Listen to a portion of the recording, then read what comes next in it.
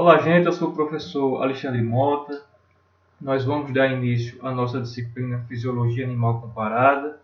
E nesse primeiro módulo, iremos abordar a nutrição e a digestão, os protostômios e deuterostômios.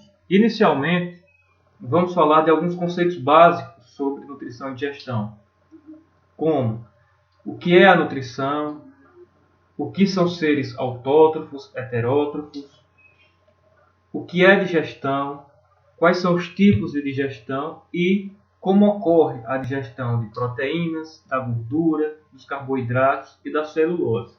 Posteriormente, é que a gente entra nos tipos de digestão em cada espécie, em cada grupo de seres vivos. Vamos falar inicialmente dos seres invertebrados e posteriormente dos seres vertebrados. Então vamos lá. Inicialmente a gente tem que entender o que é a nutrição. Então a nutrição é um conjunto de processos pelos quais o organismo ele vai incorporar e utilizar os nutrientes. E que nutrientes são esses? Dos mais variados tipos: aminoácidos, ácidos graxos, sais minerais, vitaminas, carboidratos, proteínas, enfim. Então existe uma infinidade de nutrientes e a forma como eles são incorporados e utilizados pelo organismo, a isso dá-se o nome de nutrição. E o processo de nutrição pode ser classificado em dois tipos: autótrofo e heterótrofo. Aqui nós temos exemplos de seres que realizam o processo de nutrição autótrofo e heterótrofo. Seres autótrofos são aqueles que produzem, fabricam o próprio alimento. E os representantes desse grupo são as plantas e as algas. Elas produzem o próprio alimento através da luz solar, do dióxido de carbono, no processo chamado de fotossíntese. É aí que estes seres produzem os açúcares e os demais nutrientes necessários para o funcionamento do seu organismo. Já os seres heterótrofos, eles não produzem o próprio alimento, eles precisam de uma fonte externa de nutrição. E esses seres são dos mais variados tipos, desde seres mais primitivos, como as medusas, que são quinidários, seres um pouco mais complexos, como os anelídeos, até os seres mais complexos, que são os mamíferos, mamíferos terrestres e mamíferos aquáticos também. Outro tema que nós precisamos compreender são os métodos de ingestão dos alimentos, porque existem vários métodos de ingestão dos alimentos a depender dos grupos, dos seres vivos. Então, um método de ingestão simples é a absorção dos nutrientes através da superfície corpórea, que é realizado por protozoários, que são seres unicelulares, e também por vários invertebrados aquáticos. Já os poríferos, como as esponjas, que são seres sésseis, fixos, eles utilizam o método de ingestão chamado de filtração, ou também chamado de suspensão. E também vários animais aquáticos utilizam esse mesmo método de ingestão, como por exemplo as baleias e outros peixes. Os quinidários, como as medusas, utilizam um método de ingestão através dos seus tentáculos, onde existem células específicas chamadas quinidócitos, que produzem uma substância urticante e que imobiliza presas. E é assim que ele ingere, que ele captura o alimento. Já os moluscos, eles possuem uma língua especializada chamada rádula, que ela raspa o alimento, como por exemplo algas, e assim ela consegue ingerir posteriormente. Já os artrópodes, por exemplo, como algumas aranhas e os escorpiões, produzem toxinas que imobilizam as presas para que posteriormente possam ingeri-las. Outros seres vivos utilizam o seu aparelho bucal, como por exemplo mosquitos, como por exemplo anelídeos, mais especificamente a sanguessuga, para sugar sangue ou sugar outro fluido biológico. E isso é possível através do seu aparelho bucal, que nós vamos falar mais especificamente quando estivermos falando na digestão dessas espécies. Os mamíferos utilizam métodos mecânicos para ingerir alimentos. E o principal deles é a mastigação. Mas outros métodos mecânicos de ingestão de alimentos é a raspagem, como eu falei anteriormente, no caso dos moluscos, que tem a língua, a rádula, que raspa o alimento. Bem, nessa tabela eu não vou me estender, mas aqui a gente pode ver que ela tem 3 colunas, onde nós temos aqui o tipo de alimento, vários tipos de alimento, os métodos de ingestão desses alimentos e os animais que utilizam cada método desse. Vocês podem ter acesso a essa tabela através do livro Fisiologia Animal, Adaptação e Meio Ambiente, através desse capítulo. Então vocês podem estudar de forma mais aprofundada esses métodos de ingestão dos alimentos. Bem, então nós falamos de nutrição, agora nós vamos falar da digestão. Então, o que é a digestão? A digestão é um conjunto de transformações, tanto químicas quanto mecânicas, pelas quais os alimentos passam para que possam ser absorvidos e utilizados pelo organismo para a produção de energia. E existem tipos de digestão. Tipos mais simples, como a digestão intracelular, nos seres unicelulares, e a digestão em animais complexos, que ocorre no sistema digestório ou digestivo, que é um tipo de digestão extracelular. E nós vamos ver também que existem animais que realizam esses 2 tipos de digestão, tanto extracelular quanto intracelular. Então, a digestão intracelular ocorre através de membranas plasmáticas de organismos unicelulares. Porque, logicamente, como são seres unicelulares, não possuem um tubo digestivo. Então, como exemplo desse tipo de digestão, a gente vai utilizar os protozoários. Então, os protozoários, eles ingerem o alimento através da fagocitose. Então, através da membrana plasmática, os protozoários e os seres unicelulares fagocitam o alimento.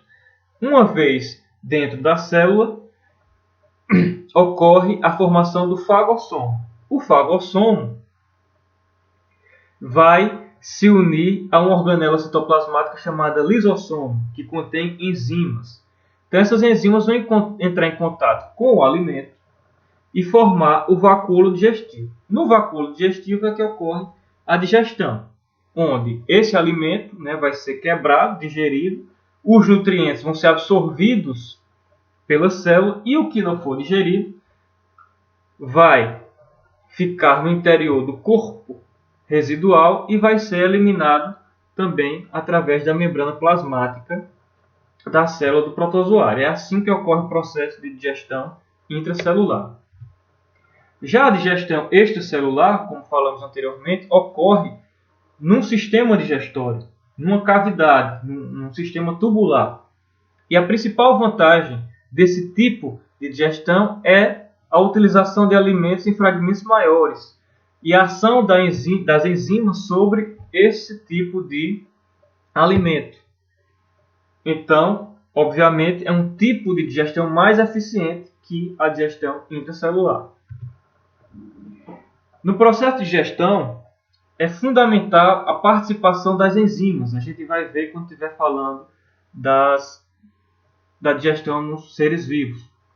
Então, as enzimas, elas são substâncias de natureza proteica que têm a função de quebrar o alimento em partículas menores. E como é que funciona a ação das enzimas? Então, a enzima, quando encontra o seu substrato, ela vai se ligar ao seu substrato através do centro ativo, há uma modificação no centro ativo para poder ocorrer a ligação da enzima com o substrato, e uma vez ligada ao substrato, a enzima vai digerir, vai quebrar esse substrato, transformando esse substrato nos produtos que vão ser utilizados pelo organismo como fonte de nutriente, de energia. Agora nós vamos falar da digestão das proteínas inicialmente, da gordura, dos carboidratos e da celulose. Bem, para a digestão de proteínas é fundamental a ação das enzimas, como falamos anteriormente. Então, uma enzima importantíssima secretada pelo estômago é a pepsina. E essa pepsina, ela é originada através do pepsinogênio, produzido no estômago. O estômago, ele também produz ácido clorídrico, que proporciona um pH ácido, baixo, para a melhor ação da pepsina. Essa pepsina hidrolisa, ou seja, quebra especificamente ligações peptídicas, que são ligações que existem entre um aminoácido e outro. Então, quebrando a proteína em fragmentos menores, para que possa então ser utilizado, ser digerido. Outra enzima extremamente importante para a digestão das proteínas é a tripsina, que ela é produzida pelo pâncreas a partir do tripsinogênio. O tripsinogênio ele é ativado no intestino e transformado em tripsina através de outra enzima chamada enteroquinase. E também o tripsinogênio ele é produzido à medida que a tripsina é solicitada. Então, um mecanismo de feedback positivo. Já para a digestão das gorduras, é fundamental também outra enzima chamada lipase, que é uma enzima também produzida pelo pâncreas. Essa enzima, a lipase, ela quebra as ligações que existem entre o glicerol e as moléculas de ácidos graxos, que formam os triglicerídeos. Então, quando a lipase quebra essa ligação do glicerol com os ácidos graxos, então o glicerol vai ser utilizado e os ácidos graxos também. Só que para que a lipase atue, é necessário a ação de um detergente, de uma substância ou de substâncias que facilitem ou que possibilitem a lipase de entrar em contato com os triglicerídeos, que são ácidos biliares que estão contidos na bile, que é produzida pelo fígado. Então, os ácidos biliares, eles permitem que a lipase atue, e quebrando a ligação entre o glicerol e os ácidos graxos. Então, o glicerol ele é hidrossolúvel, então ele é facilmente absorvido e metabolizado. Já os ácidos graxos não. Eles também são relativamente insolúveis. Então, eles são mantidos em suspensão com auxílio de sais biliares, que também estão contidos na bile, podendo, através da ação dos sais biliares, serem absorvidos. Já para que ocorra a digestão dos carboidratos, é necessário também a ação de enzimas, das amilases, tanto a salivar, produzida pelas glândulas salivares, quanto da amilase pancreática, produzida pelo pâncreas. O que é que vai ocorrer? Os carboidratos, existem três tipos, os monossacarídeos, como a glicose e a frutose, que são absorvidos sem qualquer modificação e utilizados diretamente nas rotas metabólicas. Existem os disacarídeos, como por exemplo a sacarose e a lactose, e existem os polissacarídeos. Então, os monossacarídeos eles entram nas rotas biológicas, mas os disacarídeos e os polissacarídeos não.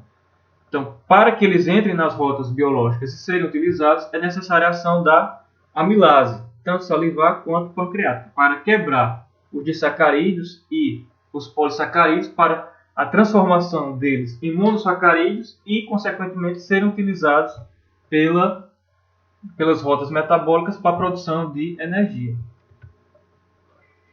E animais, mamíferos e insetos, alguns deles, que são, por exemplo, mamíferos herbívoros e insetos que se alimentam, por exemplo, de madeira, eles têm como uma fonte importante de nutrição, a celulose. A celulose que é um composto que está presente nas plantas, nos vegetais. Então, os animais eles não têm enzimas capazes de digerir a celulose. Eles precisam de uma relação de simbiose com micro-organismos que estão presentes no trato digestório. Então, por exemplo, insetos, como as traças e os cupins que se alimentam de madeira, eles ingerem a madeira e no tubo digestivo deles existem micro-organismos, bactérias, que possuem enzimas também chamadas de celulases que digerem a celulose. E aí ela pode ser utilizada como fonte de energia para essas espécies. Os mamíferos também. Então os ruminantes, como os bovinos, os caprinos, os ovinos, e os equídeos, como os cavalos, asnos, muares, eles também são capazes de digerir a celulose através também de uma microbiota, que no caso dos ruminantes está presente no rumen e no caso dos equinos está presente no seco, que é uma estrutura do intestino dessas espécies. Então, são esses micro-organismos, através de uma relação de simbiose, que produzem a celulase que vai digerir a celulose e ela vai poder ser utilizada como fonte de energia para o organismo desses animais. Bem, gente, vamos ficando por aqui. Na próxima aula nós vamos falar sobre a digestão nos seres invertebrados. Até a próxima!